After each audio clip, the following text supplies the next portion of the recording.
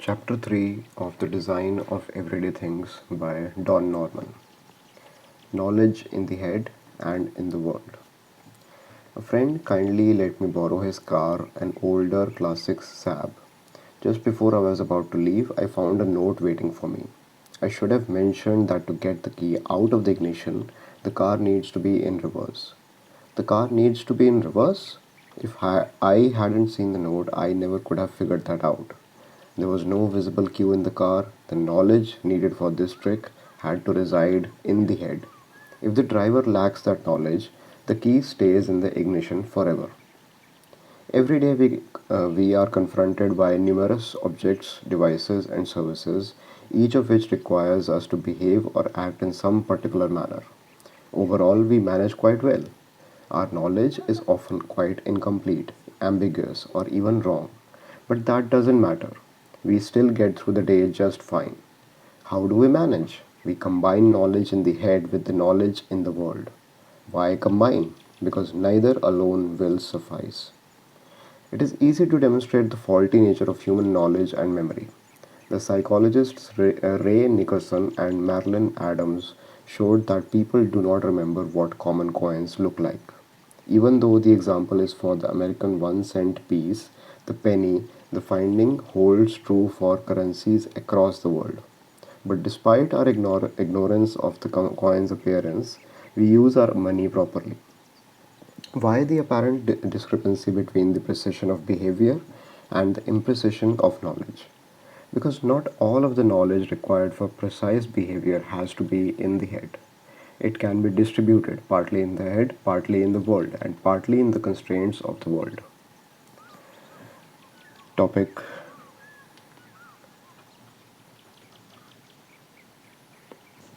Precise behavior from imprecise knowledge. Precise behavior can emerge from imprecise knowledge for four reasons. 1. Knowledge is both in the head and in the world. Technically, knowledge can only be in the head because knowledge requires interpretation and understanding. But once the world structure has been interpreted and understood, it counts as knowledge. Much of the knowledge a person needs to do a task can be derived from the information in the world. Behavior is determined by combining the knowledge in the head with that in the world. For this chapter, I will use the term knowledge for both what is in the head and what is in the world. Although technically imprecise, it simplifies the discussion and understanding. Second, great precision is not required. Precision, accuracy, and completeness of knowledge are seldom required. Perfect behavior results if the combined knowledge in the head and in the world is sufficient to distinguish an appropriate choice from all others. Third, natural constraints exist in the world. The world has many natural physical constraints that restrict the possible behavior. Such things as the order in which parts can go together and the ways by which an object can be moved, picked up, or otherwise manipulated. This is knowledge in the world. Each object has physical features, projections, depressions, screw threads, appendages that limit its relationships with other objects, the operations that can be performed on it, what can be attached to it, and so on. Fourth, knowledge of cultural constraints and conventions exist in the head. Cultural constraints and conventions are learned artificial restrictions on behavior that reduce the set of likely actions, in many cases, leaving only one or two possibilities. This is knowledge in the head. Once learned, these constraints apply to a wide variety of circumstances. Because behavior can be guided by the combination of internal and external knowledge and constraints, people can minimize the amount of material they must learn as well as the completeness, precision, accuracy, or depth of the learning. They also can deliberately organize the environment to support behavior. This is how non readers can hide their inability even in situations where their job requires reading skills. People with hearing deficits or with normal hearing but in noisy environments learn to use other cues. Many of us manage quite well when in novel, confusing situations where we do not know what is expected of us. How do we do this? We arrange things so that we do not need to have complete knowledge, or we rely upon the knowledge of the people around us, copying their behavior or getting them to do the required actions. It is actually quite amazing how often it is possible to hide one's ignorance to get by without understanding or even much interest. Although it is best when people have considerable knowledge and experience using a particular product, knowledge in the head, the designer can put sufficient cues into the design, knowledge in the world, that good performance results even in the absence of previous knowledge. Combine the two, knowledge in the head and in the world, and performance is even better. How can the designer put knowledge into the device itself? Previous chapters 1 and 2 introduced a wide range of fundamental design principles derived from research on human cognition and emotion. This chapter shows how knowledge in the world combines with knowledge in the head. Knowledge in the head is knowledge in the human memory system. So, this chapter contains a brief review of the critical aspects of memory necessary for the design of usable products. I emphasize that for practical purposes, we do not need to know the details of scientific theories, but simpler, more general, useful approximations. Simplified models are the key to successful application. The chapter concludes with a discussion of how natural mappings present information in the world in a manner readily interpreted and usable. Knowledge is in the world. Whenever knowledge needed to do a task is readily available in the world, the need for us to learn it diminishes. For example, we lack knowledge about common coins, even though we recognize them just fine. In knowing what our currency looks like, we don't need to know all the details. Simply sufficient knowledge to distinguish our one value of currency from another. Only a small minority of people must know enough to distinguish counterfeit from legitimate money. Or consider typing. Many typists have not memorized the keyboard. Usually each key is labeled so non-typists can hunt and peck letter by letter, relying on knowledge in the world and minimizing the time required for learning.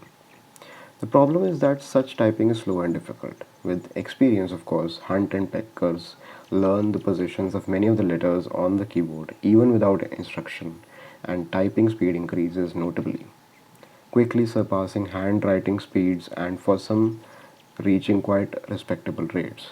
Peripheral vision and the feel of the keyboard provide some knowledge about key locations. Frequently used keys become completely learned. Infrequently used keys are not learned well, and the other keys are partially learned. But as long as the typist needs to watch the keyboard, the speed is limited. The knowledge is still mostly in the world, not in the head. If a person needs to type large amounts of material regularly, further investment is worthwhile: a course, a book, or an interactive program. The important thing is to learn the proper placement of fingers on the keyboard, to learn to type without looking, to get knowledge about the keyboard from the world into the head. It takes a few weeks to learn the system and several months of practice to become expert. But the payoff for all this effort is increased typing speeds, increased accuracy, and decreased mental load and effort at the time of typing. We only need to remember sufficient knowledge to let us get our tasks done. Because so much knowledge is available in the environment, it is surprising how little we need to learn. This is one reason people can function well in their environment and still be unable to describe what they do. People function through their use of two kinds of knowledge of and knowledge how. Knowledge of, that is what psychologists call declarative knowledge, includes knowledge of facts and rules. Stop at red traffic lights. New York City is the north of Rome. China has twice as many people as India. To get the key out of the ignition of a Saab car, the gear shift must be in reverse. Declarative knowledge is easy to write and to teach. Note that knowledge of the rules does not mean that they are followed. The drivers in many cities are often quite knowledgeable about the official driving regulations, but they do not necessarily obey them. Moreover, the knowledge does not have to be true. New York City is actually south of Rome. China has only slightly more people than India, roughly 10%. People may know many things, that doesn't mean they are true. Knowledge how. What psychologists call procedural knowledge is a knowledge that enables a person to be a skilled musician, to return a serve in tennis, or to move the tongue properly when saying the phrase frightening witches. Procedural knowledge is difficult or impossible to write down and difficult to teach. It is best taught by demonstration and best learned through practice. Even the best teachers cannot usually describe what they are doing. Procedural knowledge is largely subconscious, residing at the behavioral level of processing. Knowledge in the world is usually easy to come by. Signifiers, physical constraints, and natural mappings are all perceivable cues that act as knowledge in the world. This type of knowledge occurs so commonly that we take it for granted. It is everywhere. The locations of letters on a keyboard, the lights and labels on controls that remind us of their purpose and give information about the current state of the device. Industrial equipment is replete with signal lights, indicators, and other reminders. We make extensive use of written notes. We place items in specific locations as reminders. In general, people structure their environment to provide a considerable amount of knowledge required for something to be remembered. Many organize their lives spatially in the world, creating a pile here, a pile there, each indicating some activity to be done, some event in progress. Probably everybody uses a strategy to some extent. Look around you at the variety of ways people arrange their rooms and desks. Many styles of organizations are possible, but invariably the physical layout and visibility of the items convey information about relative importance. When precision is unexpectedly required. Normally, people do not need precision in their judgments. All that is needed is the combination of knowledge in the world and in the head that makes decisions unambiguous. Everything works just fine unless the environment changes so that the combined knowledge is no longer sufficient. This can lead to havoc. At least three countries discovered this fact the hard way: the United States, when it introduced the Susan B. Anthony $1 coin; Great Britain, a £1 coin before the switch to decimal currency; and France, a 10 franc coin before the conversion to common European currency, the euro. The US dollar coin was confused with the existing 25-cent piece, the quarter, and the British pound coin with the then 5 pence piece that had the same diameter. Here is what happened in France. Paris. With a good deal of fanfare, the French government released the new 10 franc coin, worth a little more than $1.5, on October 22nd, 1986. The public looked at it, weighed it, and began confusing it so quickly with the half franc coin worth only 8 cents that a crescendo of fury and ridicule fell on both the government and the coin. 5 weeks later, Minister of Finance Edouard Balladur suspended circulation of the coin. Within another 4 weeks, he cancelled it altogether. In retrospect, the French decision seems so foolish that it is hard to fathom how it could have been made. After much study, designers came up with a silver colored coin made of nickel and featuring a modernistic drawing by artist Jacquin Gimnez of a Gallic rooster on one side and a Marianne, the female symbol of the French Republic, on the other. The coin was light, sported special ridges on its rim for easy reading by electronic vending machines, and seemed tough to counterfeit. But the designers and bureaucrats were obviously so excited by their creation that they ignored or refused to accept the new coin's similarity to the hundreds of millions of silver colored, nickel based half franc coins in circulation, whose size and weight were perilously similar.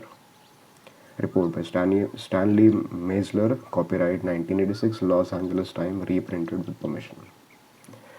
The confusions probably occurred because the users of coins had already formed representations in their memories that were only sufficiently precise to distinguish among the coins that were accustomed to using. Psychological research suggests that people maintain only partial descriptions of the things that to be remembered.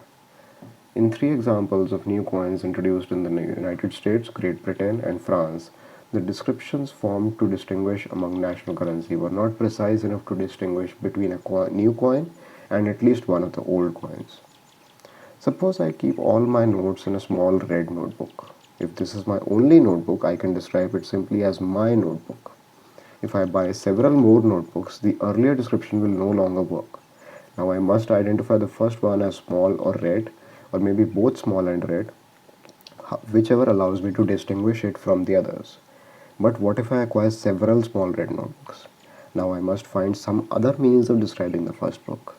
adding to the richness of the description and to its ability to discriminate among the several similar items. Descriptions need discriminate only among the choices in front of me, but what works for one purpose may not for another. Not all similar looking items cause confusion. In updating this edition of the book, I searched to see whether there might be more recent examples of coin confusions. I found this interesting item on the website wikicoins.com. Someday, a leading psychologist may weigh in on one of the perplexing questions of our time. If the American public was constantly confusing the Susan B. Anthony dollar with the roughly similar sized quarter, how come they weren't also constantly confusing the $20 bill with the identical sized $1 bill? James A. Cap, Susan B. Anthony dollar at www.wikicoins.com, retrieved May 29, 2012. Here is the answer. Why not any confusion?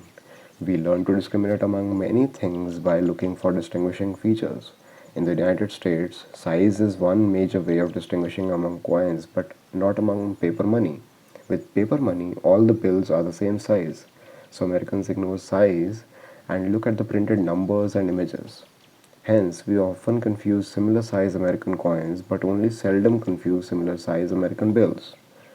But people who come from a country that uses size and color of their paper money to distinguish among the amounts, for example, Great Britain or any country that uses the euro, have learned to use size and color to distinguish among paper money, and therefore are invariably confused when dealing with bills from the United States. More confirmatory evidence comes from the fact that although long-term residents of Britain complained that they confused the £1 coin with the 5 pence coin, newcomers and children did not have the same confusion. This is because the long-term residents were working with their original set of descriptions, which did not easily accommodate the distinctions between these two coins. Newcomers, however, started off with no preconceptions and therefore formed a set of descriptions to distinguish among all the coins. In this situation, the £1 coin offered no particular problem. In the United States, the Susan B. Anthony dollar coin never became popular and is no longer being made, so the equivalent observations cannot be made. What gets confused depends heavily upon history, the aspects that have allowed us to distinguish among the objects in the past. When the rules for discrimination change, people can become confused and make errors. With time, they will adjust and learn to discriminate just fine and may even forget the initial period of confusion.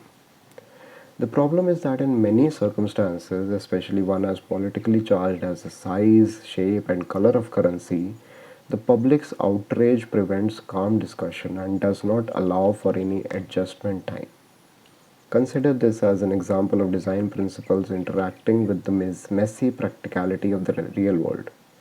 What appears good in principle can sometimes fail when introduced to the world. Sometimes bad products succeed and good products fail. The world is complex. Constraints simplify memory.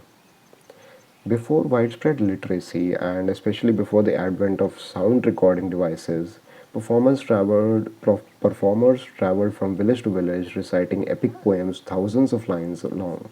This tradition still exists in some societies. How do people memorize such voluminous amounts of material? Do some people have huge amounts of knowledge in their heads? Not really. It turns out that external constraints exert control over the permissible choice of words, thus dramatically reducing the memory load. One of the secrets come from the powerful constraints of poetry.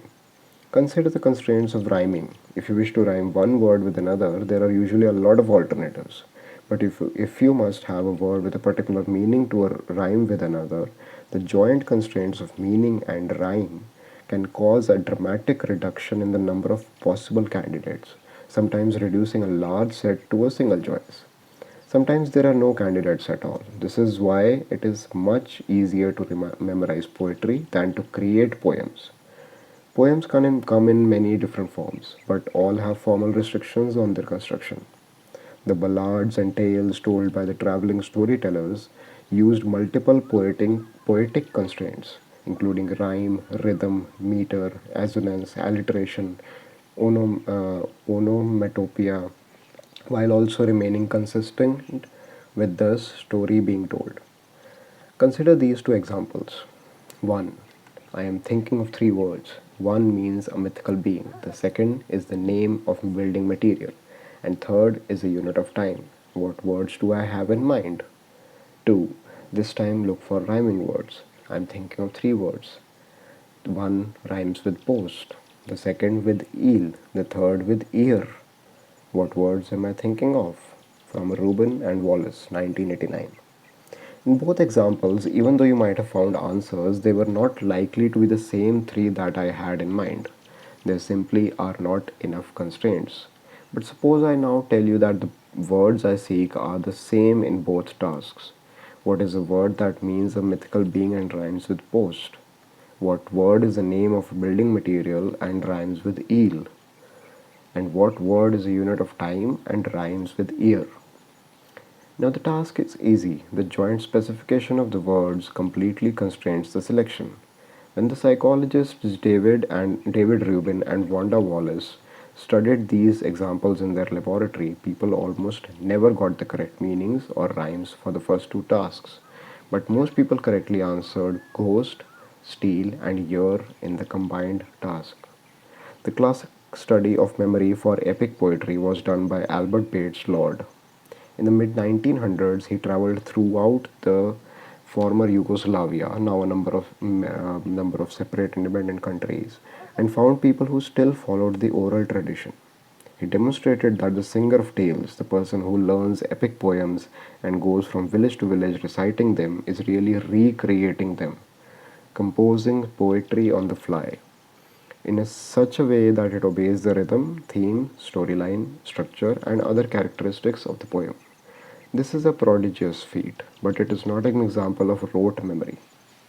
The power of multiple constraints allows one singer to listen to another singer tell a lengthy tale once, and then, after a delay of a few hours or a day, to recite the same song word for word and line for line. In fact, as Lord points out, the original and new recitations are not the same for word, but both teller and listener perceive them as the same, even when the second version was twice as long as the first. They are the same in the ways that matter to the listener. They tell the same story, express the same ideas, and follow the same rhyme and meter. They are the same in all senses that matter to the culture. Lord shows just how the combination of memory for poetics, theme, and style combines with cultural structures into what he calls a formula for producing a poem perceived as identical to earlier recitations. The notion that someone should be able to recite word for word is relatively modern. Such a notion can be held only after printed texts became available. Otherwise, who could judge the accuracy of a recitation? Perhaps more important, who would care? All this is not to detract from the feat. Learning and reciting an epic poem such as Homer's Odyssey and Iliad is clearly difficult even if the singer is recreating it. There are 27,000 lines of verse in the combined written version. Lord points out that this length is excessive, probably produced only during the special circumstances in which Homer or some other singer dictated the story slowly and repetitively to the person who first wrote it down. Normally, the length would be varied to accommodate the whims of the audience, and no normal audience could sit through 27,000 lines. But even at one third the size, 9,000 lines, being able to recite the poem is impressive. At 1 second per line, the verses would take 1.5 hours to recite. It is impressive even allowing for the fact that the poem is recreated as opposed to be memorized, because neither the singer nor the audience expect word for word accuracy, nor would either have any of the way of verifying that. Most of us do not learn epic poems, but we do make use of strong constraints that serve to simplify what must be retained in memory.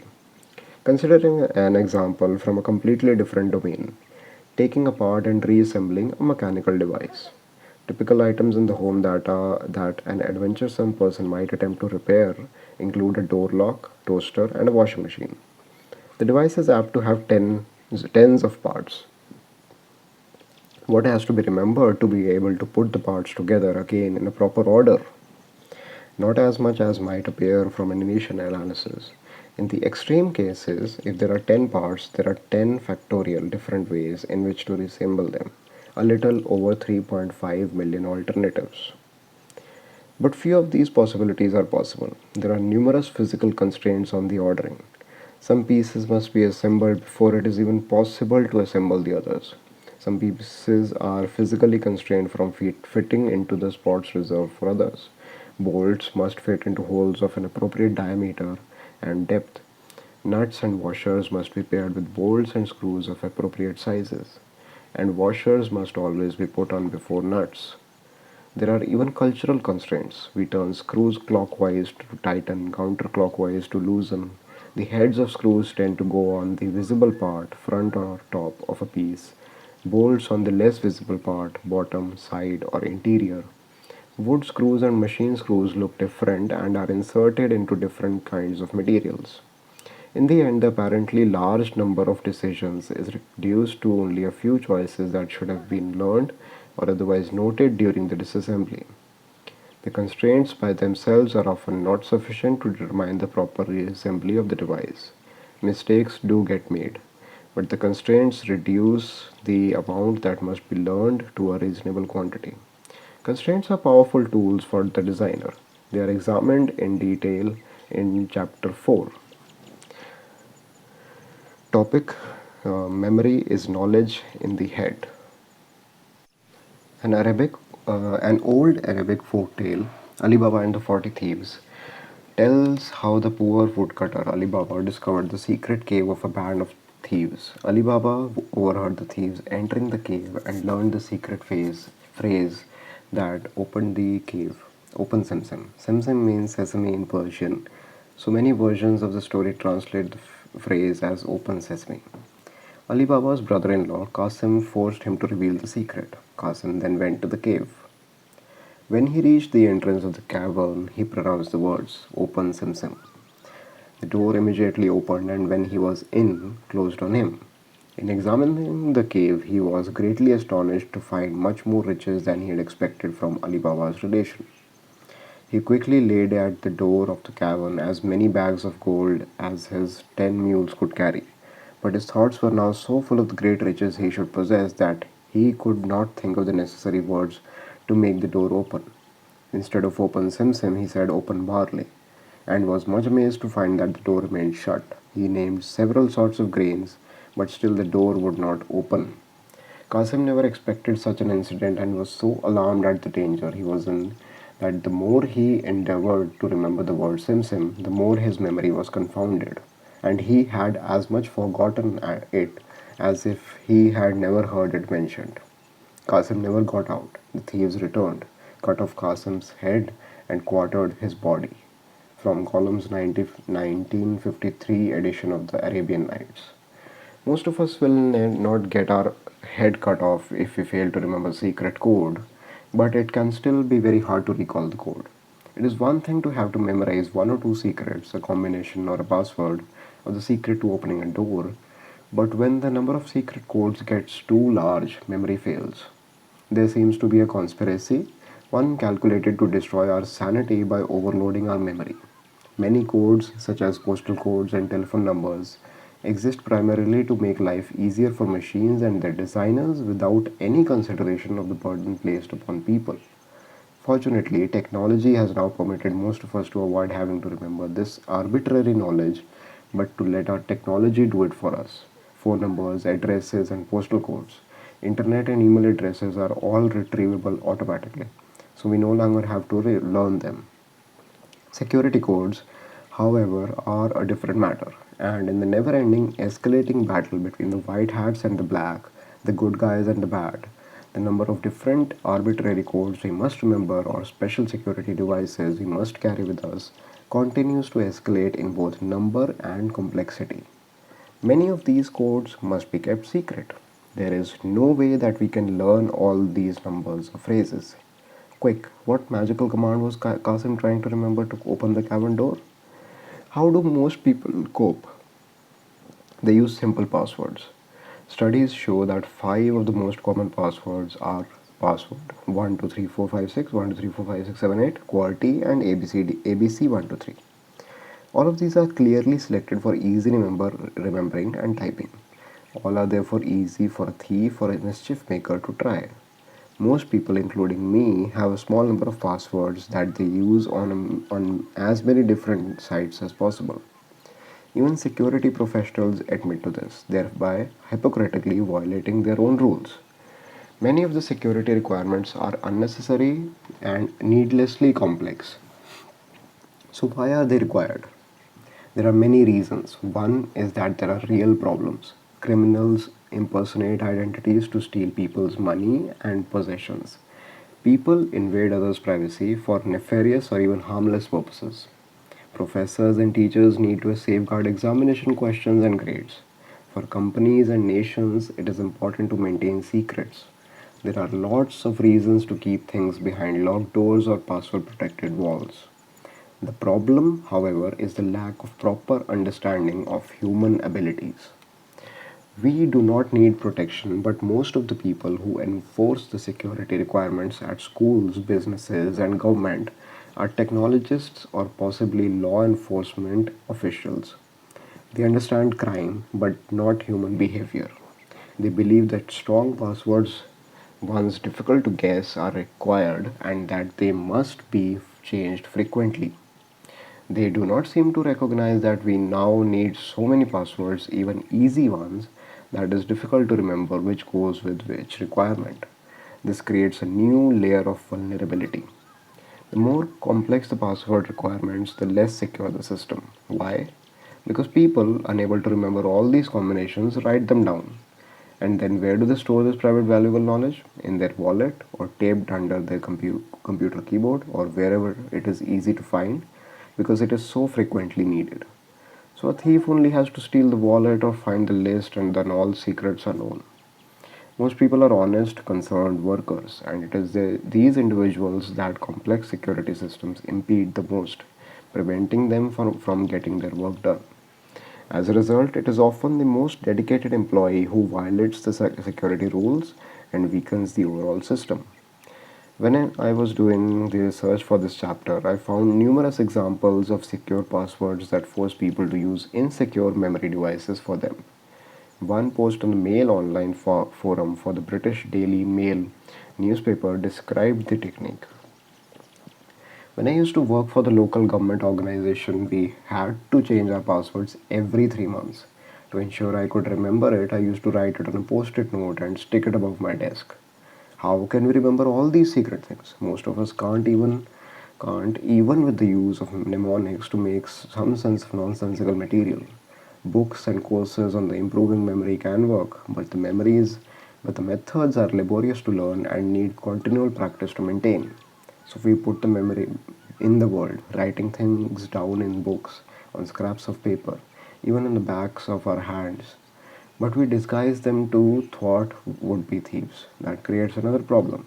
How do we disguise the items? How do we hide them? And how do we remember what the disguise was or where we put it? The foibles of memory.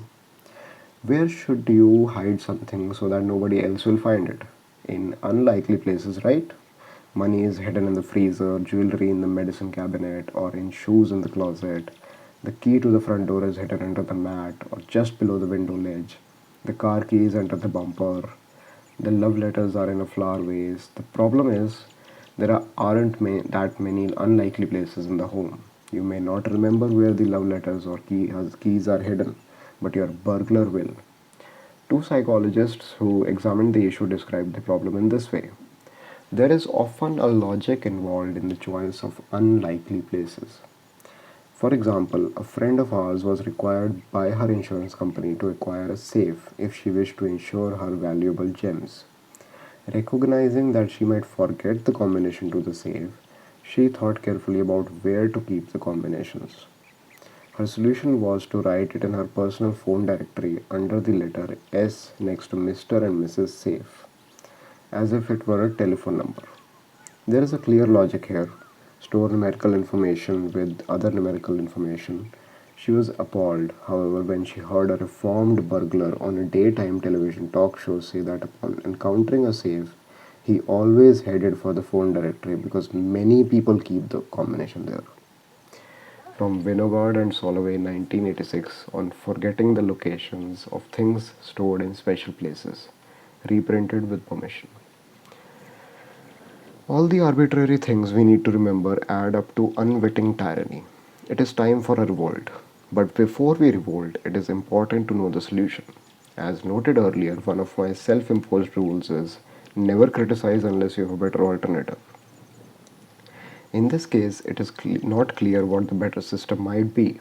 Some things can only be solved by massive cultural changes, which probably means they will never be solved. For example, take the problem of identifying people by their names. People's names evolved over many thousands of years, originally simply to distinguish people with families and groups who live together. The use of multiple names, given names and surnames, is relatively recent, and even those do not distinguish one person from all the 7 billion in the world. Do we write the given name first or the surname? It depends upon what country you are in. How many names does a person have? How many characters in the name? What characters are legitimate? For example, can a name include a digit? I know people who have tried to use such name as H3NRY.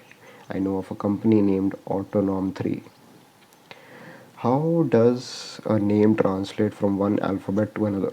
Some of my Korean friends have given names that are identical when written in the Korean alphabet, Hangul, but that are different when transliterated into English. Many people change their names when they get married or divorced, and in some cultures when they pass significant life events.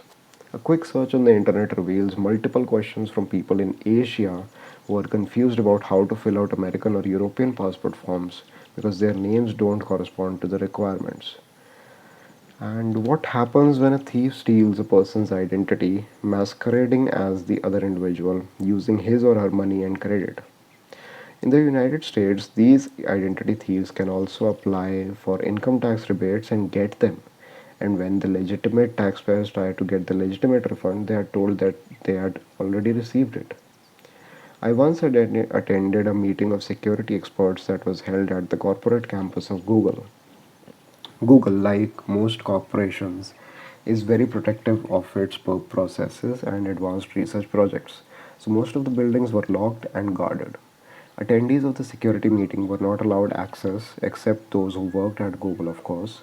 Our meetings were held in a conference room in the public space of an otherwise secure building, but the toilets were all located inside a secure area. How did we manage? These world famous leading authorities in security figured out a solution. They found a brick and used it to prop open the door leading into the secure area. So much for security. Make something too secure and it becomes less secure. How do we solve these problems? How do we guarantee people's access to their own records, bank accounts, and computer systems? Almost any scheme you can imagine has already been proposed, studied, and found to have defects: biometric markers, iris or retina patterns, fingerprints, voice recognition, body type, DNA. All can be forged or the system's databases manipulated. Once someone manages to fool the system, what recourse is there? It isn't possible to change biometric markers. So once they point to the wrong person, changes are extremely difficult to make. The strength of a password is actually pretty irrelevant because most passwords are obtained through keyloggers or are stolen. A keylogger is a software hidden within your computer system that records what you type and sends it to the bad guys. When computer systems are broken into, millions of passwords might get stolen, and even if they are encrypted, bad guys can often decrypt them. In both cases, however, secure the password, the bad guys know what it is. The safest methods require multiple identifiers. The most common schemes requiring at least two different kinds: something you have plus something you know. The something you have is often a physical identifier, such as a card or a key. Perhaps even something implanted under the skin or a biometric identifier such as fingerprints or patterns of the eye's iris. The something you know would be knowledge in the head, most likely something memorized. The memorized item doesn't have to be as secure as today's passwords because it wouldn't work without the something you have. Some systems allow for a second or alerting password so that if the bad guys try to force someone to enter a password into a system, the individual would use the alerting one, which would warn the authorities of an illegal entry. Security poses major design issues, ones that involve complex technology as well as human behavior. There are deep fundamental difficulties. Is there a solution? No, not yet. We will probably be stuck with these complexities for a long time. Topic: the structure of memory. Say aloud the numbers 1, 7, 4, 2, 8. Next, without looking back, repeat them. Try again if you must, perhaps closing your eyes, the better to hear the sound still echoing in the mental activity. Have someone read a random sentence to you. What were the words? The memory of the just present is available immediately, clear and complete, without mental effort. What did you eat for dinner 3 days ago? Now the feeling is different. It takes time to recover the answer, which is neither as clear nor as complete a remembrance as that of the just present, and the recovery is likely to require considerable mental effort. Retrieval of the past differs from retrieval of the just present. More effort is required, less clarity results. Indeed, the past need not be so long ago. Without looking back, what were those digits? For some people, this retrieval now takes time and effort. From Learning and Memory by Norman, 1982. Psychologists distinguish between two major classes of memory: short term or working memory and long term memory. These two are quite different with different implications for design. Short term or working memory. Short term or working memory (STM) retains the most recent experiences or material that is currently being thought about. It is the memory of the just present. Information is retained automatically and retrieved without effort, but the amount of information that can be retained this way is severely limited. Something like 5 to 7 items is the limit of STM, with the number of going to 10 or 12 if the material is continually repeated, what psychologists say rehearsing. Multiply 27 times 293 in your head. If you try to do it the same way you would with paper and pencil, you will almost definitely be unable to hold all the digits and intervening answers within these short-term memory. You will fail. The traditional method of multiplying is optimized for paper and pencil. There is no need to minimize the burden on working memory because the numbers written on the paper serve this function, knowledge in the world. So the burden on short-term memory, on knowledge in the head, is quite limited. There are ways of doing mental multiplication, but the methods are quite different from those using paper and pencil and require considerable training and practice. Short-term memory is invaluable in the performance of everyday tasks, in letting us remember words, names, phrases, and parts of tasks. Hence its alternative name, working memory. But the material being maintained in STM is quite fragile. Get distracted by some other activity and poof, the stuff in short-term memories disappears. It is capable of holding a postal code or telephone number from the time you look it up and until the time it is used, as long as no distractions occur. 9 or 10 digit numbers give trouble, and when the number starts to exceed, don't bother, write it down. Or divide the number into several shorter segments, transforming the longer number into meaningful chunks. Memory experts use special techniques called mnemonics to remember amazingly large amounts of material, often after only a single exposure. One method is to transform the digits into meaningful segments. One famous study showed how an athlete thought of digit sequences as running times, and after refining the method over a long period, could learn incredibly long sequences at one glance. One traditional method used to encode long sequences of digits is to first transform each digit into a consonant, then transform the consonant sequence into a memorable phrase. A standard table of conversion of digits to consonants has been around for hundreds of years, cleverly designed to be easy to learn because the consonants can be derived from the shape of the digits. Thus, 1 is translated into T or the similar sounding D, 2 becomes N, 3 becomes M, 4 becomes R, 5 becomes L, as in the Roman numeral for 50. The full table and mnemonics for learning the pairings are readily found on the internet by searching for number consonant mnemonic. Using the number consonant transformation, the string 41947801350927770 translates into the letter RTBRFKFSTMLPNCKS, which in turn may become a hearty breakfast meal as pancakes. Most people are not experts at retaining long, arbitrary strings of anything. So, although it is interesting to observe memory wizards, it would be wrong to design systems that assumed this level of proficiency. The capacity of short-term memory is surprisingly difficult to measure because how much can be retained depends upon the familiarity of the material. Retention, moreover, seems to be of meaningful items rather than of simpler measure such as seconds or individual sounds or letters.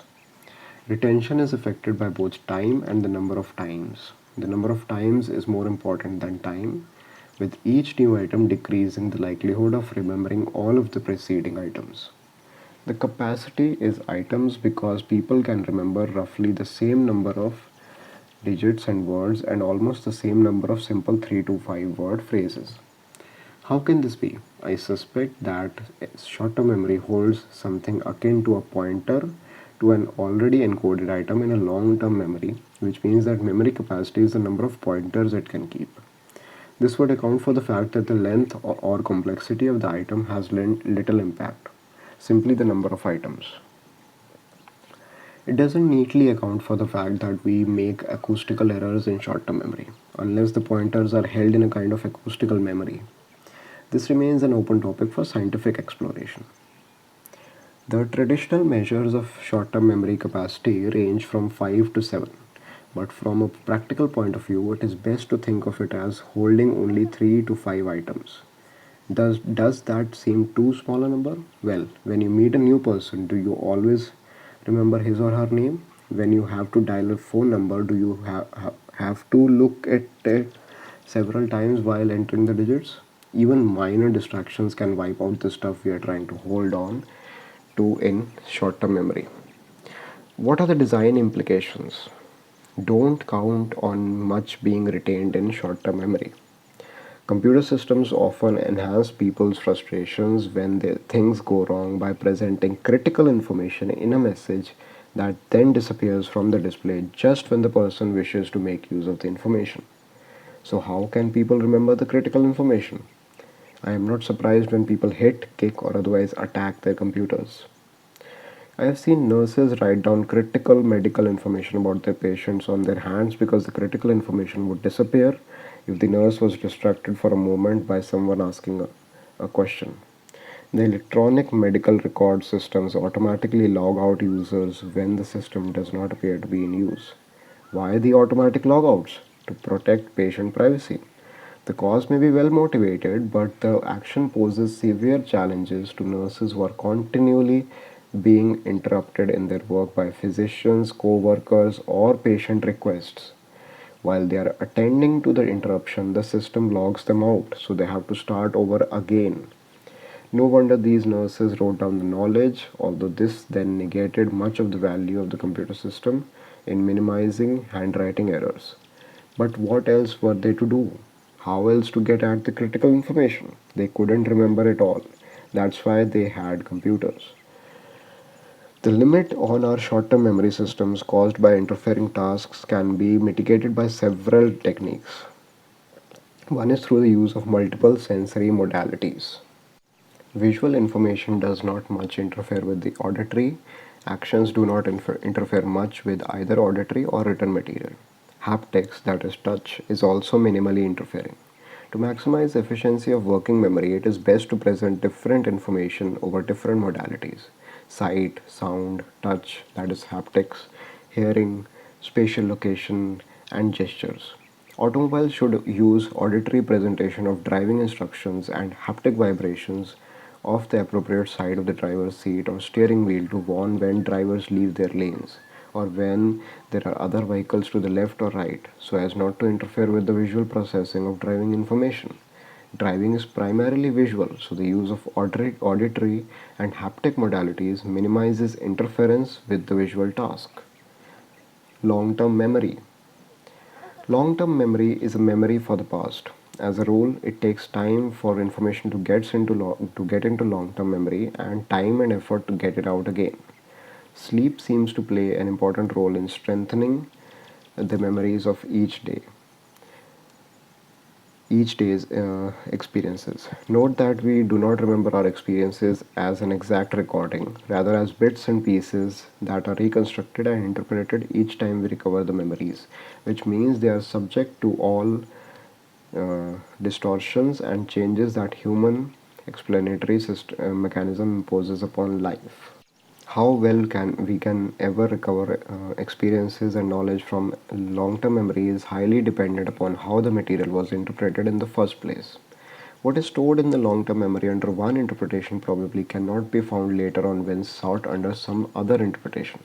As for how large the memory is, nobody really knows, giga or tera items. We don't even know what kinds of units should be used. Whatever the size, it is so large as not to impose any practical limit. The role of sleep in strengthening of long-term memory is still not well understood, but there are numerous papers investigating the topic. One possible mechanism is that of rehearsal. It has long been known that rehearsal of material, that is mentally reviewing it while still active in the working memory, that is the short-term memory, is an important component of the formation of long-term memory traces. Whatever makes you rehearse during sleep is going to determine what you remember later, and conversely, what you're going to forget, said Professor Ken Paller of Northwestern University, one of the authors of a recent study on the topic. Orduit, Anthony, Creary, and Paller, 2013. But although rehearsal in sleep strengthens memories, it might also falsify them. Memories in our brain are changing all the time. Sometimes we improve memory storage by rehearsing all the details, so maybe later you remember better, or maybe worse if you have embellished too much. Remember how you answered this question from chapter 2. In the house you lived in 3 houses ago, as you entered the front door, was the doorknob on the left or the right? For most people, the question requires considerable effort just to recall which house is involved. Plus, one of the special techniques described in chapter 2 for putting yourself back at the scene and reconstructing the answer. This is an example of procedural memory, a memory for how we do things as opposed to declarative memory, the memory of factual information. In both cases, it can take considerable time and effort to get to the answer. Moreover, the answer is not directly retrieved in a manner analogous to the way we read answers from books or websites. The answer is a reconstruction of knowledge, so it is subject to biases and distortions. Knowledge in memory is meaningful, and at the time of retrieval, a person might subject it to a different meaningful interpretation that is wholly accurate. A major difficulty with long-term memory is in organization. How do we find the things we are trying to remember? Most people have had the tip of the tongue experience when trying to remember a name or a word. There is a feeling of knowing, but the knowledge is not consciously available. Sometime later, when engaged in some other different activity, the name may suddenly pop into the conscious mind. The way by which people retrieve the needed knowledge is still unknown, but probably involves some form of pattern matching mechanism coupled with a confirmatory process that checks for consistency with the required knowledge. This is why when you search for a name but continually retrieve the wrong name, you know it is wrong, because this false retrieval impedes the correct retrieval. You have to turn to some other activity to allow the subconscious memory retrieval process to reset itself. Because retrieval is a reconstructive process, it can be erroneous. We may reconstruct events the way we would prefer to remember them rather than the way we experienced them. It is relatively easy to bias people so that they form false memories, remembering events in their lives with great clarity even though they never occurred. This is one reason that eyewitness testimony in courts of laws is so problematic. Eyewitnesses are notoriously unreliable. A huge number of psychological experiments show how easy it is to implant false memories into people's minds so convincingly that people refuse to admit that the memory is of an event that never happened. Knowledge in the head is actually knowledge in memory, internal knowledge. If we examine how people use their memories and how they retrieve knowledge, we discover a number of categories. Two are important for us as of now. First, memory for arbitrary things. The items to be retained seem arbitrary, with no meaning and no particular relationship to one another or to things already known. Second, memory for meaningful things. The items to be retained form meaningful relationships with themselves or with other things that are already known. Memory for arbitrary and meaningful things. Arbitrary knowledge can be classified as a simple remembering of things that have no underlying meaning or structure. A good example is the memory of the letters of the alphabet and their ordering, the names of people and foreign vocabulary, where there appears to be no obvious structure to the material. This also applies to the learning of the arbitrary key sequences, commands, gestures, and procedures of much of our modern technology. This is rote learning, the bane of modern existence. Some things do require rote learning, the letters of the alphabet, for example, but even here we add structure to the otherwise meaningless list of words, turning the alphabet into a song, using the natural constraints of rhyme and rhythm to create some structure. Rote learning creates problems. First, because what is being learned is arbitrary, the learning is difficult. It can take considerable time and effort. Second, when a problem arises, the memorized sequence of actions gives no hint of what has gone wrong, no suggestion of what might be done to fix the problem. Although some things are appropriate to learn by rote, most are not. Alas, it is still the dominant method of instruction in many school systems and even for much adult training. This is how some people are taught to use computers or to cook. It is how we have to learn to use some of the new, poorly designed gadgets of our modern technology. We learn arbitrary associations or sequences by artificially providing structure. Most books and courses on methods for improving memory, mnemonics, use a variety of standard methods for providing structure, even for things that might appear completely arbitrary, such as grocery lists or matching the names of people to their appearances. As we saw in the discussion of these methods for short term memory, even strings of digits can be remembered if they can be associated with meaningful structures. People who have not received this training or who have not invented some methods themselves often try to manufacture some artificial structure, but these are often rather unsatisfactory, which is why the learning is so bad. Most things in the world have a sensible structure, which tremendously simplifies the memory task. When things make sense, they correspond to knowledge that we already have, so the new material can be understood, interpreted, and integrated with the previously acquired material. Now we can use rules and constraints to help understand what things go together. Meaningful structure can organize apparent chaos and arbitrariness. Remember the discussion of conceptual models in chapter 1? Part of the power of a good conceptual model lies in its ability to provide meaning to things. Let's look at an example to show how a meaningful interpretation transforms an apparently arbitrary task into a natural one.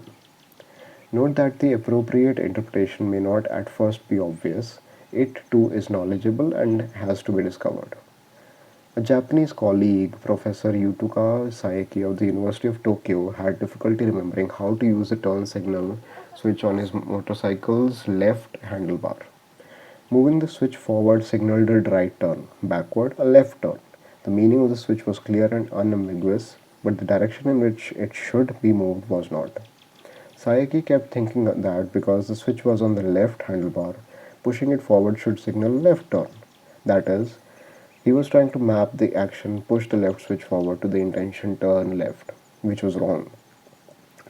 As a result, he had trouble remembering which switch direction should be used for which turning direction. Most motorcycles have the turn signal switch mounted differently, rotated 90 degrees, so that moving it left signals a left turn, moving it right, a right turn. This mapping is easy to learn. It is an example of a natural mapping discussed at the end of this chapter. But the turn switch on Saeki's motorcycle moved forward and back, not left and right. How could he learn it? Saeki solved the problem by reinterpreting the action.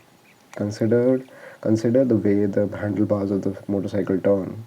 For a left turn, the left handlebar moves backward. For a right turn, the left handlebar moves forward. The required switch movements exactly parallel the handlebar movements. If the task is conceptualized as signaling the direction of motion of the handlebars rather than the direction of motorcycle, the switch motion can be seen to mimic the desired motion. Finally, we have a natural mapping. When the motion of the switch seemed arbitrary, it was difficult to remember.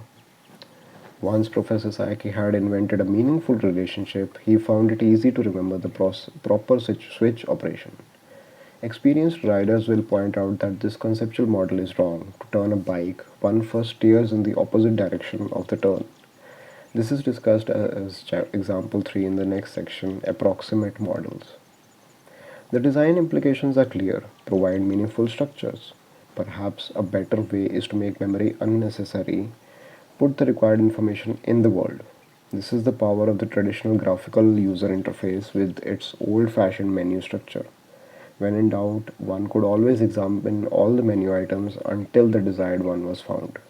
Even systems that do not use menus need to provide some structure, appropriate constraints, and forcing functions, natural good mapping, and all the tools of feed forward and feedback. The most effective way of helping people remember is to make it unnecessary. Topic: Approximate models, memory in the real world. Conscious thinking takes time and mental resources. Well learned skills bypass the need for conscious oversight and control. Conscious control is only required for initial learning and for dealing with unexpected situations.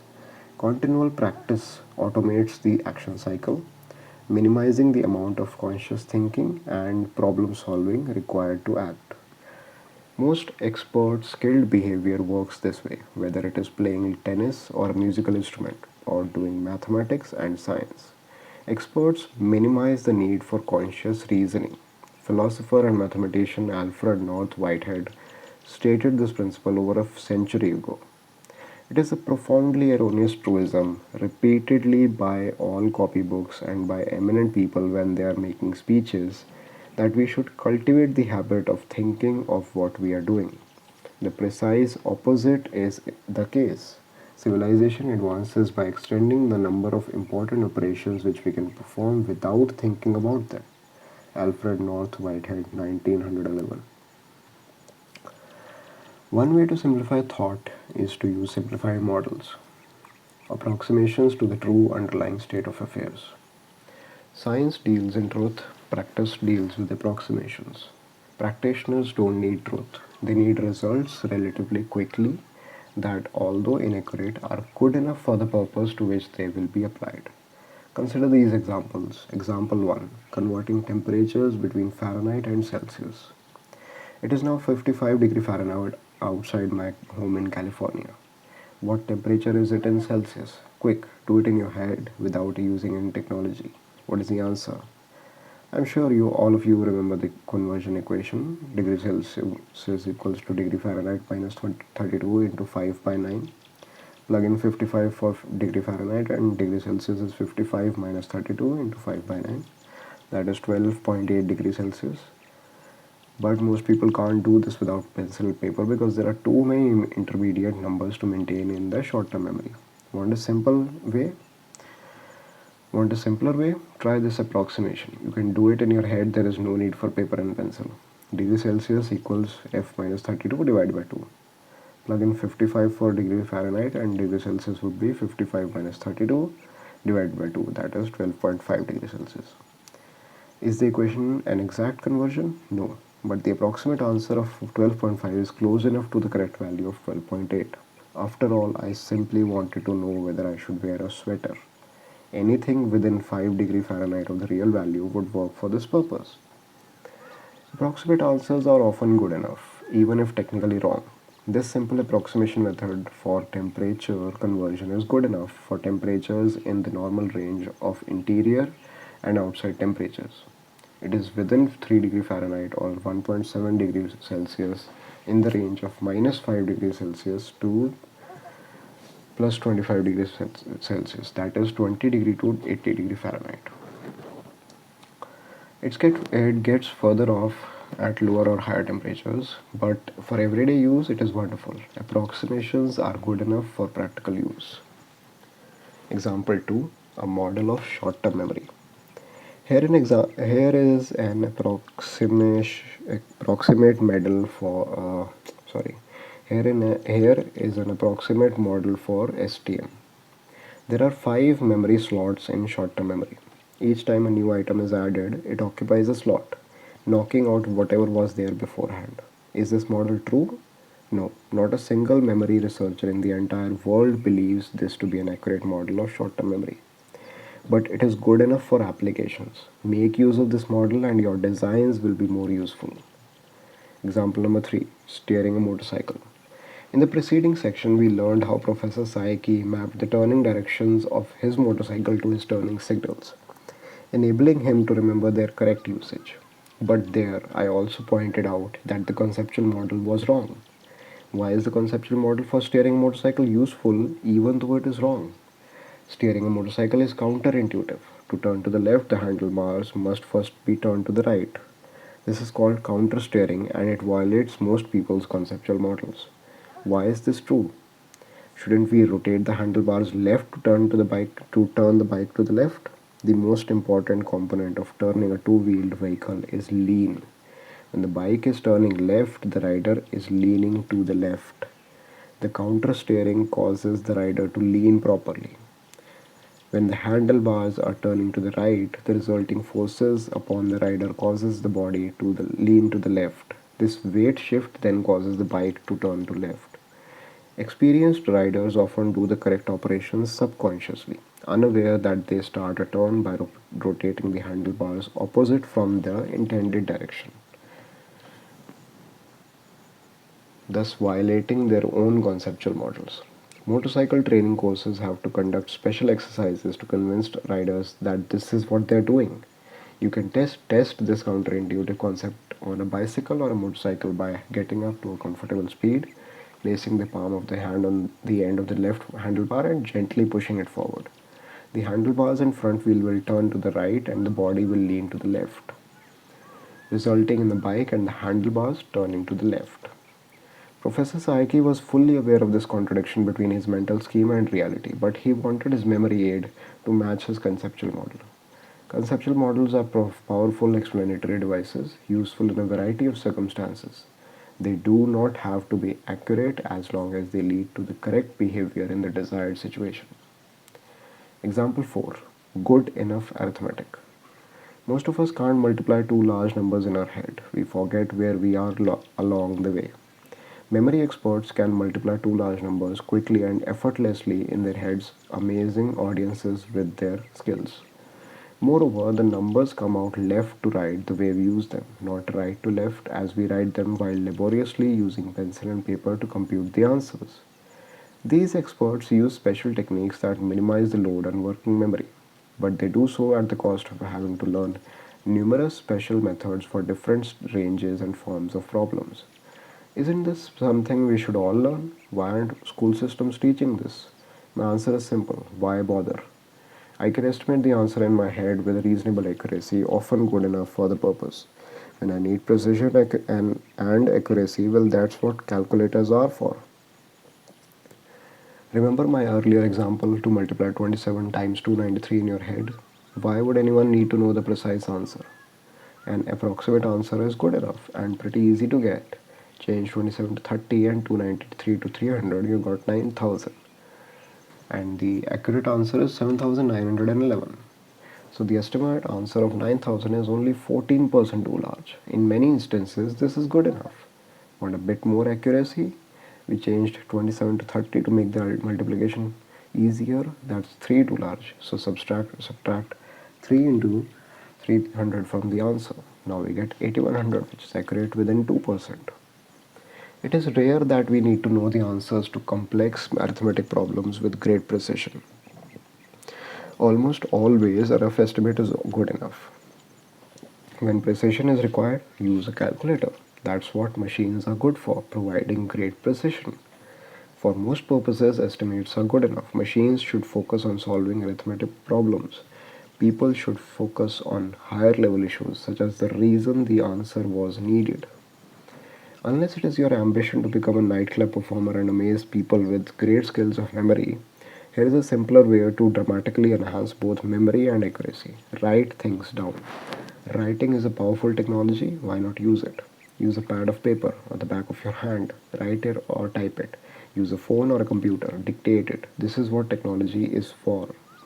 The unaided mind is surprisingly limited. It is things that make us smart. Take advantage of them.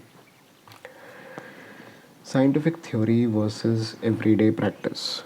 Science strives for truth. As a result, scientists are always debating, arguing, and disagreeing with one another. The scientific method is one of debate and conflict. Only ideas that have passed through the critical examination of multiple other scientists survive.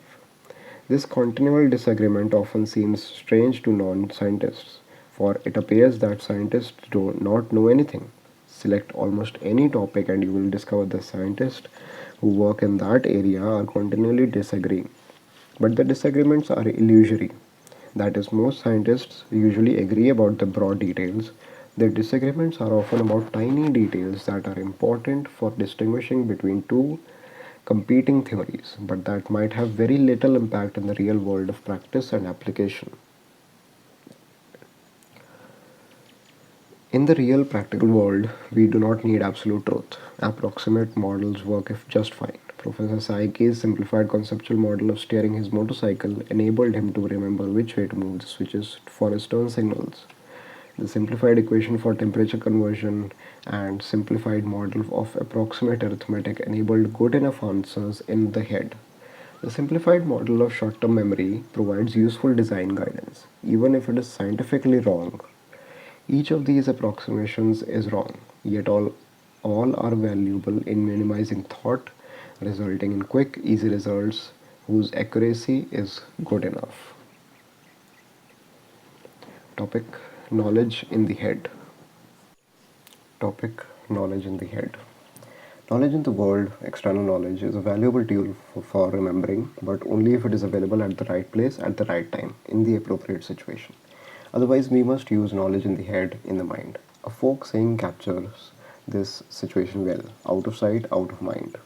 Effective memory uses all the clues available, knowledge in the world and in the head, combining world and mind. We have already seen how the combination allows us to function quite well in the world, even though either source of knowledge by itself is insufficient. How pilots remember what air traffic control tells them. Airplane pilots have to listen to commands from air traffic control delivered at a rapid pace and then respond accurately. Their lives depend upon being able to follow the instructions accurately.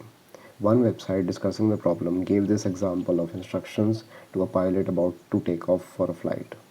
Frasca 141 cleared to Mesquite Airport via turn left heading 090, radar vectors to Mesquite Airport, climb and maintain 2000, expect 3000, 10 minutes after departure, departure frequency 124.3, squawk 5270. Typical aircraft air traffic control sequence, usually spoken extremely rapidly, text from ATC phraseology on numerous websites with no credit for originator. How can we remember all that? Asked one novice pilot when we are trying to focus on taking off. Good question. Taking off is a busy, dangerous procedure with a lot going on, both inside and outside the airplane. How do pilots remember? Do they have superior memories? Pilots use these three major techniques. They write down the critical information. First, they enter it into their equipment as it is told to them, so minimum memory is required. Third, they remember some of it as meaningful phrases. Although to the outside observer, all the instructions and numbers seem random and confusing, to the pilots they are familiar names, familiar numbers. As one respondent pointed out, those are common numbers and a familiar pattern for takeoff. Frasca 141 is the name of the airplane, announcing the intended recipient of these instructions. The first critical item to remember is to turn left to a compass direction of 090, then climb to an altitude of 1200 feet. Write those two numbers down. enter the radio frequency 1 to 4.3 into the radio as you hear it, but most of the time this frequency is known in advance, so the radio is properly already set to it. All you have to do is look at it and see that it is set properly. Similarly, setting the squawk box to 5270 is the special code the airplane sends whenever it is hit by a radar signal. Identify the airplane to the air traffic controllers. Write it down or set it into the equipment as it is being set. As for the one remaining item, expect 3000 10 minutes after departure. Nothing need to be done. This is just reassurance that in 10 minutes, Frasca 141 will probably be advised to climb to 3000 feet, but if so, there will be a new command to do so. How do pilots remember? They transform the new knowledge they have just received into memory in the world, sometimes by writing, sometimes by using the airplane's equipment. The design implication: the easier it is to enter the information into the relevant equipment as it is heard, the less chance of memory error. The air traffic control system is evolving to help. The instructions from the air traffic controllers will be sent digitally so that they can remain displayed on a screen as long as the pilot wishes. The digital transmission also makes it easy for automated equipment to set itself to correct parameters. Digital transmission of the controller's commands has some disadvantages, however. Other aircraft will not hear the commands, which reduces pilots' awareness of what all planes in the vicinity are going to do. Researchers in air traffic control and aviation safety are looking into these issues. Yes, it's a design issue. Reminding, prospective memory. The phrase is prospective memory or memory for the future might sound counterintuitive or perhaps like the title of a science fiction novel. But to memory researchers, the first phrase simply denotes the task of remembering to do some activity at a future time. The second phrase denotes planning abilities, the ability to imagine future scenarios. Both are closely related. Consider reminding. Suppose you have promised to meet some friends at a local cafe on Wednesday at 3:30 in the afternoon. The knowledge is in your head, but how are you going to remember it at the proper time? You need to be reminded. This is a clear instance of prospective memory, but your ability to provide the required cues involves some aspect of memory for the future as well. Where will you be Wednesday just before the planned meeting? What can you think of now that will help you remember then? There are many strategies for reminding. One is simply to keep the knowledge in your head, trusting yourself to recall it at the critical time. If the event is important enough, you will have no problem remembering it. It would be quite strange to have to set a calendar alert to remind yourself getting married at 3 pm. Relying upon memory in the head is not a good technique for commonplace events. Even ever forget a meeting with friends? It happens a lot. Not only that, but even if you might remember the appointment, you remember all the details, such as that you intended to loan a book to one of them. Going shopping, you may remember to stop at the store on the way home, but will you remember all the items you were supposed to buy?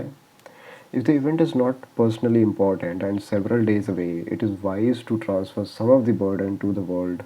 Notes, calendar, reminders, special cell phone or computer reminding services. You can ask friends to remind you. Those of us with assistants put the burden on them. They in turn write notes, enter events on calendars, or set alarms on their computer systems. Why burden other people when we can put the burden on the thing itself? Do I want to remember to take a book to a colleague? I put the book somewhere place where I cannot fail to see it when I leave the house. A good spot is against its front door so that I can't leave without ever tripping over it. Or I can put my car keys on it so when I leave I am reminded. Even if I forget, I can't drive away without the keys. Better yet, put the keys under the book, or else I might still forget the book. There are two different aspects to a reminder: the signal and the message. Just as in doing an action, we can distinguish between knowing what can be done and knowing how to do it. In reminding, we must distinguish between the signal, knowing that something is to be remembered, and the message, remembering that information itself. Most popular reminding methods typically provide only one or the other of these two critical aspects. The famous tie a string around your finger reminder provides only the signal. It gives no hint of what is to be remembered. Writing a note to yourself provides only the message. It doesn't remind you ever to look at it. The ideal reminder has to have both components: the signal that something is to be remembered and the message of what it is that is to be remembered. The signal that something is to be remembered can be a sufficient memory cue if it occurs at the correct time and place. Being reminded too early or too late is just as useless as having no reminder. But if the reminder comes at the correct time or location, the environmental cue can suffice to provide enough knowledge to aid retrieval of the to be remembered item. Time based reminders can be effective. The bing on my cell phone reminds me of the next appointment. The location based reminders can be effective in giving the cue at the precise place where it will be needed. All the knowledge needed can reside in the world, in our technology. The need for timely reminders has created loads of products that make it easier for to put the knowledge in the world. Timers, diaries, calendars. The need for electronic reminders is well known, as the proliferation of apps for smartphones, tablets, and other portable devices attests. Yet surprisingly, in this era of screen-based devices, paper tools are still enormously popular and effective, as the number of paper-based diaries and reminders indicates. The sheer number of different reminder methods also indicate that there is indeed a great need for assistance in remembering, but that none of them, many schemes and devices, is completely satisfactory. After all, if any one of them was, then we wouldn't need so many. The less effective ones would disappear and the new schemes would not continually be invented. Topic: the trade-off between knowledge in the world and in the head. Knowledge in the world and knowledge in the head are both essential in our daily functioning, but to some extent we can choose to learn more heavily on one or the other. That choice requires a trade-off, gaining the advantages of knowledge in the world, meaning losing the advantages of knowledge in the head. Knowledge in the world acts as its own reminder. It can help us recover structures that we otherwise would forget. Knowledge in the head is efficient. No search and interpretation of the environment is required. The trade off is that to use our knowledge in the head, we have to be able to store and retrieve it, which might require considerable amounts of learning.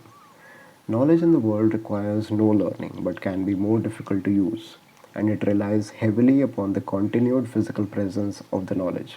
Change the environment, and the knowledge might be lost. Performance relies upon the physical stability of the task environment.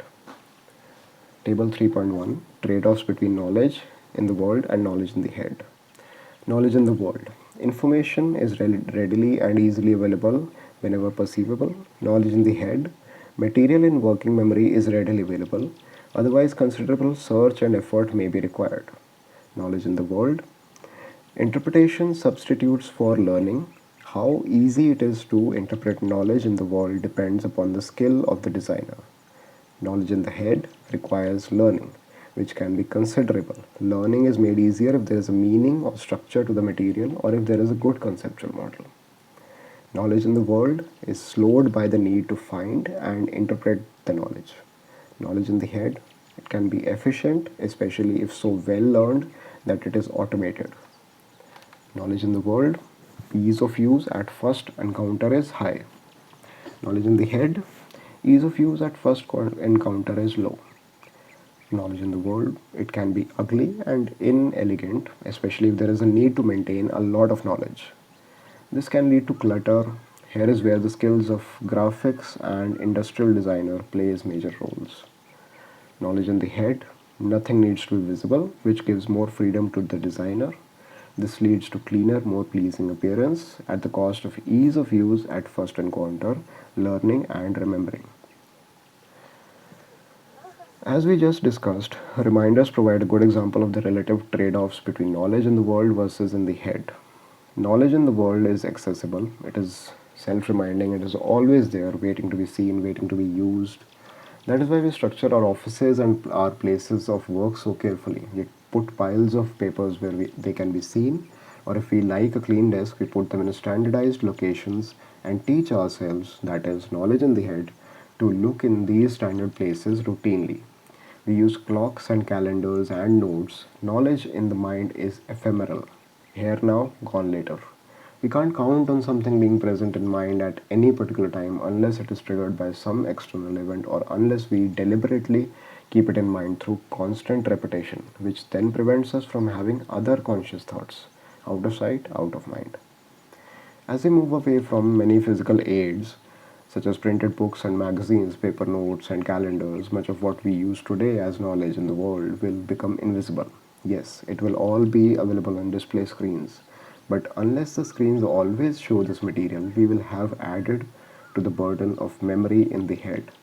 We may not have to remember all the details of the information stored away for us, but we will have to remember that it is there, that it needs to be redisplayed at the appropriate time for us or for reminding. Topic: Memory in multiple heads, multiple devices. If knowledge and structure in the world can combine with knowledge in the head to enhance memory performance, why not use the knowledge in multiple heads or in multiple devices? Most of us have experienced the power of multiple minds in remembering things. You are with a group of friends trying to remember the name of a movie or perhaps a restaurant and failing, but others try to help. The conversation goes something like this: "That new place where they grill meat? Oh, the Korean barbecue on the Fifth Street. No, no, no, not the Korean, South American. Oh, yeah, Brazilian. It's what its name? Yes, that's the one. Pampas something. Yes, Pampas Chewy. Chari. Chir, Curecia, Pampas, Curcesia. Okay, I don't know. How many people are involved? It could be any number. But the point is that each adds their bit of knowledge, slowly constraining the choices, recalling something that no single one of them could have done alone.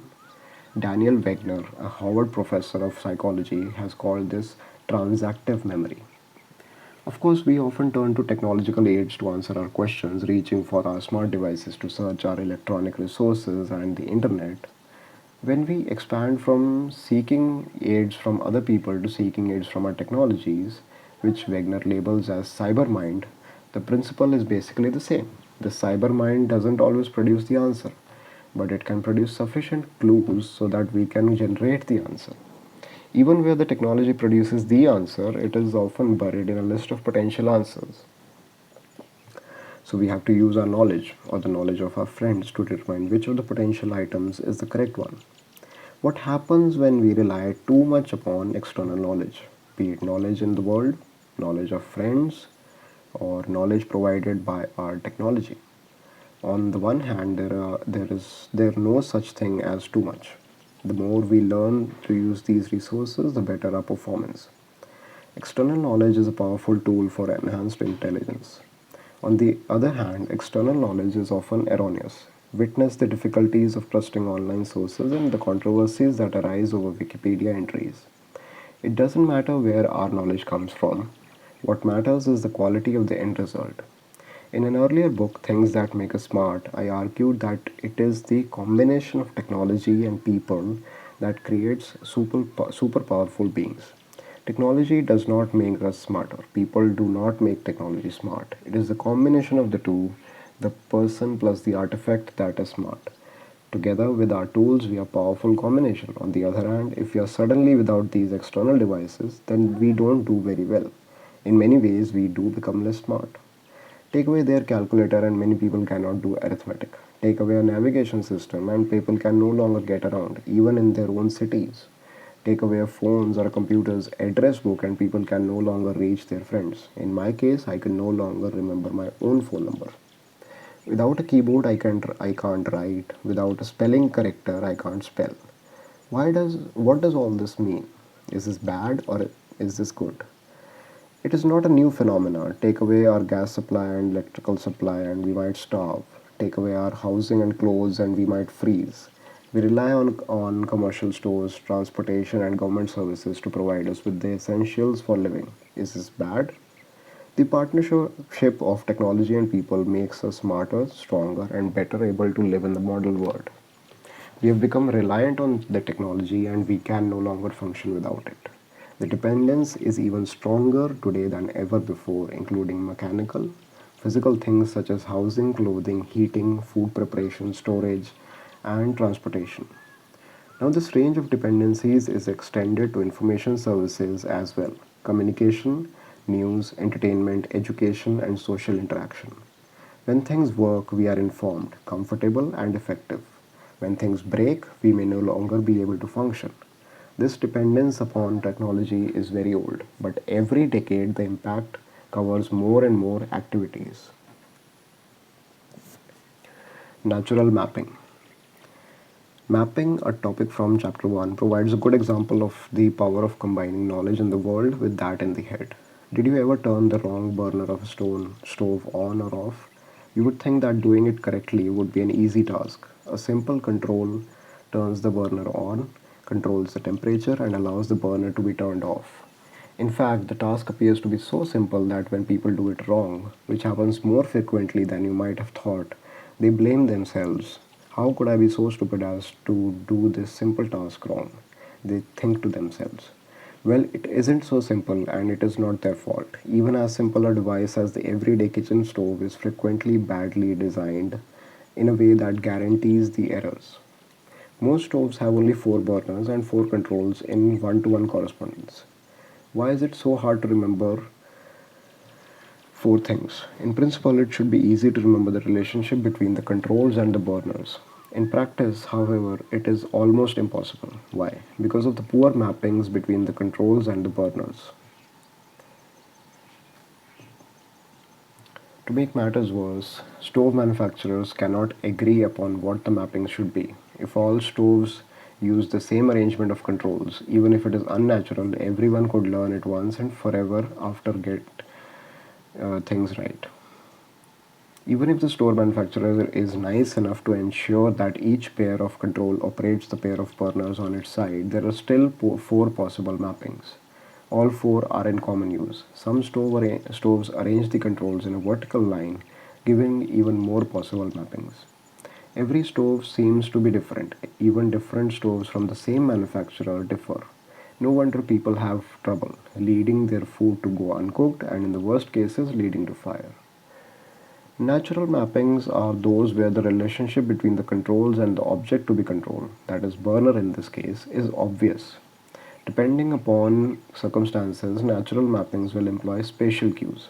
Here are 3 levels of mapping arranged in decreasing effectiveness or as memory aids.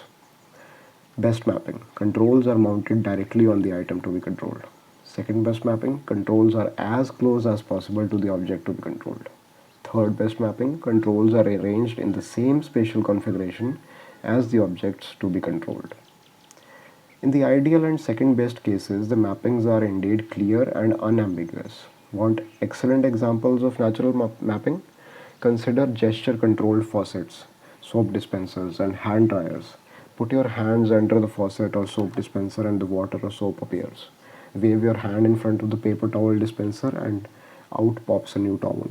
Or in the case of a blower controlled hand dryer, simply put your hands beneath it or into the dryer and the drying air turns on. Mind you, although the mappings of these devices are appropriate, they do have problems. First, they often lack signifiers, hence they lack discoverability. The controls are often invisible, so we sometimes put our hands under the faucets expecting to receive water, but wait in vain. These are mechanical faucets that require handle turning, or the water turns on and then stops. So we wave our hands up and down, hoping to find the precise location where the water turns on. When I wave my hand in front of the towel dispenser but get no towel, I do not know whether this means the dispenser is broken or out of towels, or that I did the waving wrong or in the wrong place, or that maybe this doesn't work by gesture, but I must push, pull, or turn something. The lack of signifiers is a real drawback. These devices aren't perfect, but at least they got the mapping right. In the case of stove controls, it is obviously not possible to put the controls directly on the burners. In most cases, it is also dangerous to put the controls adjacent to the burners, not only for fear of burning the person using the stove, but also because it would interfere with the placement of cooking utensils. Stove controls are usually situated on the side, back, or front panel of the stoves, in which case they ought to be arranged in spatial harmony with the burners.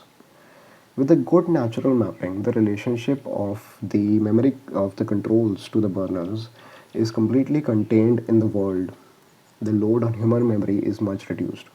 With a bad mapping, however, a burden is placed upon memory, leading to more mental effort and a higher chance of error. Without a good mapping, people new to the stove cannot really determine which burner goes with which control, and even frequent users will still occasionally err. Why do stove designers insist on arranging the burners in a two-dimensional rectangular pattern and the controls in a one-dimensional row? We have known for roughly a century just how bad such an arrangement is. Sometimes the stove comes with clever little diagrams to indicate which works which burner. Sometimes there are labels, but the proper natural mapping requires no diagrams, no labels, and no instructions. The irony about stove design is that it isn't hard to do right.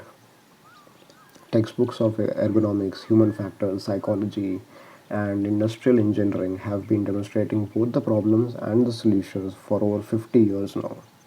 Some stove manufacturers do use designs.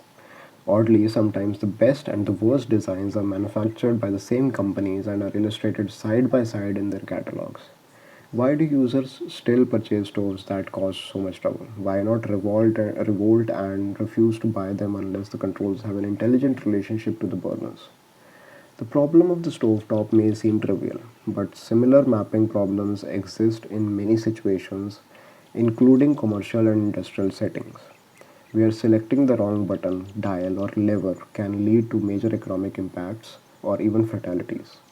In industrial settings, good mapping is of special importance, whether it is a remotely piloted airplane, a large building crane where the operator is at a distance from the objects being manipulated, or even in an automobile where the driver might wish to control temperature or windows while driving at high speeds or in crowded streets.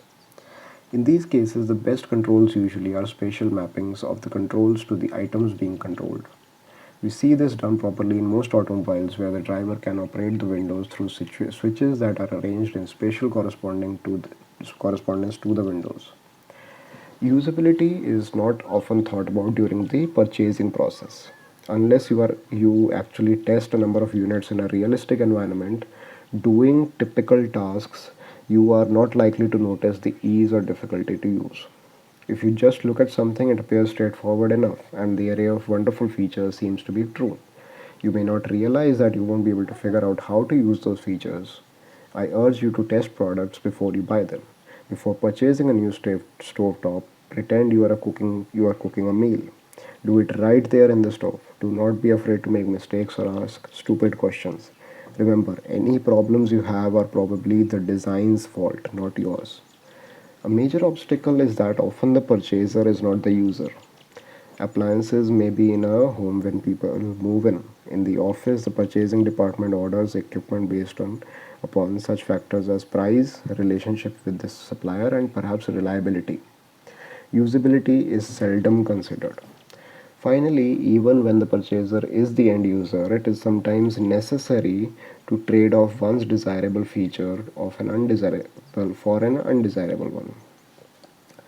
In the case of my family's stove, we did not like the arrangement of controls. But we bought the stove anyway. We traded off the layout of the burner controls for another design feature that was more important to us and available only from one manufacturer. But why should we have to make a trade off? It wouldn't be hard for all stove manufacturers to use natural mappings, or at the least to standardize their mappings. Topic: Culture and design. Natural mappings can vary with culture. I was in Asia giving a talk. My computer was connected to a projector and I was given a remote controller for advancing through the illustrations for my talk. This one had two buttons, one above the other. The title was already displayed on the screen, so when I started, all I had to do was to advance to the first photograph in my presentation. But when I pushed the upper button, to my amazement, I went backward through my illustrations, not forward. How could this happen? I wondered. To me, top means forward, bottom means backward. The mapping is clear and obvious. If the buttons had been side by side, then the control would have been ambiguous, which comes first, right or left. This controller appeared to use an appropriate mapping of top and bottom. Why was it working backward? Was this yet another example of poor design?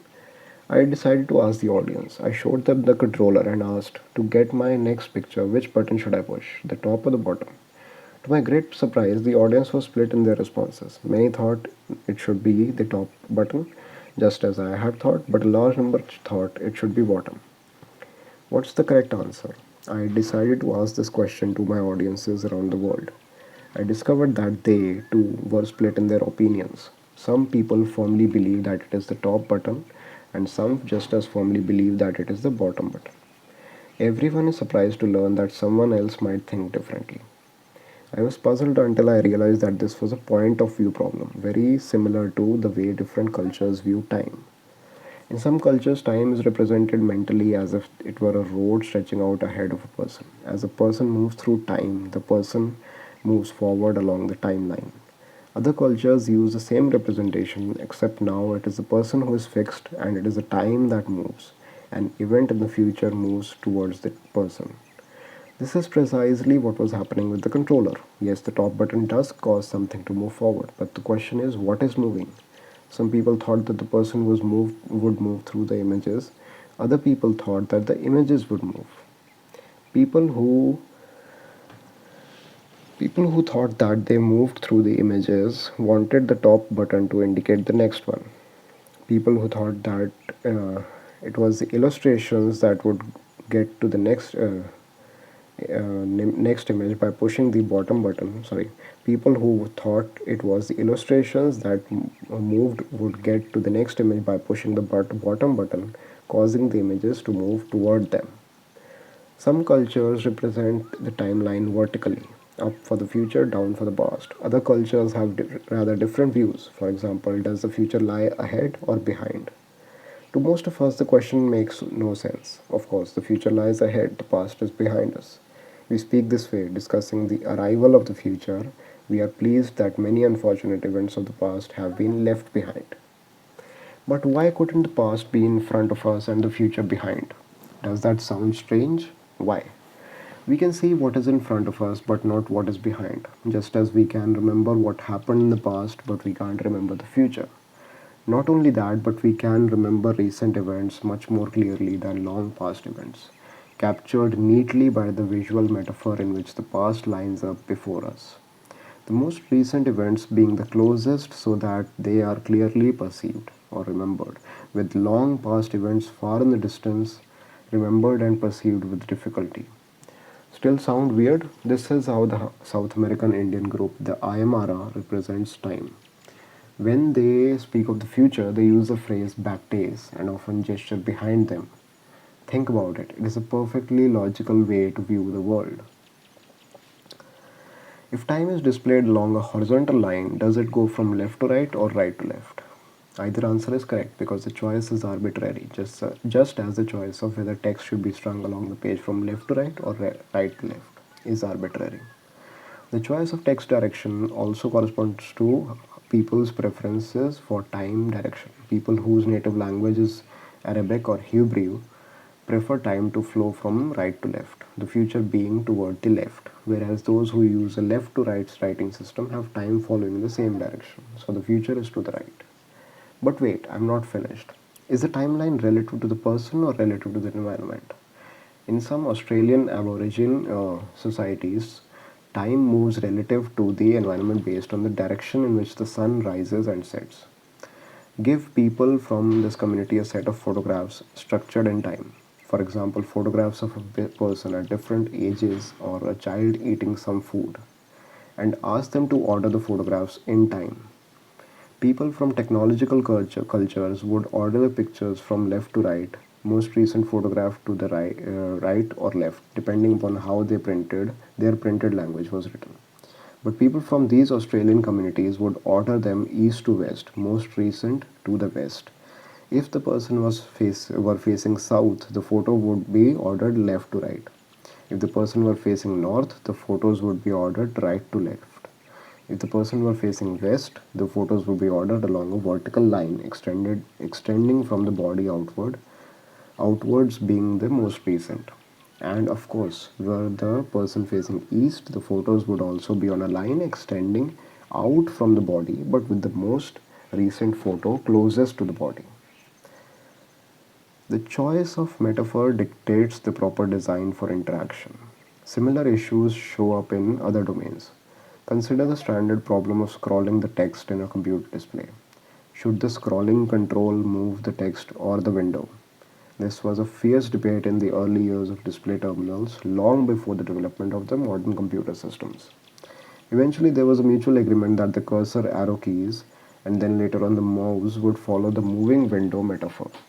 Move the window down to see more text at the bottom of the screen. What this meant in practice is that to see more text at the bottom of the screen, move the mouse down, which moves the window down, so that the text moves up. The mouse and the text move in opposite directions. In the moving text metaphor, the mouse and the text move in the same direction.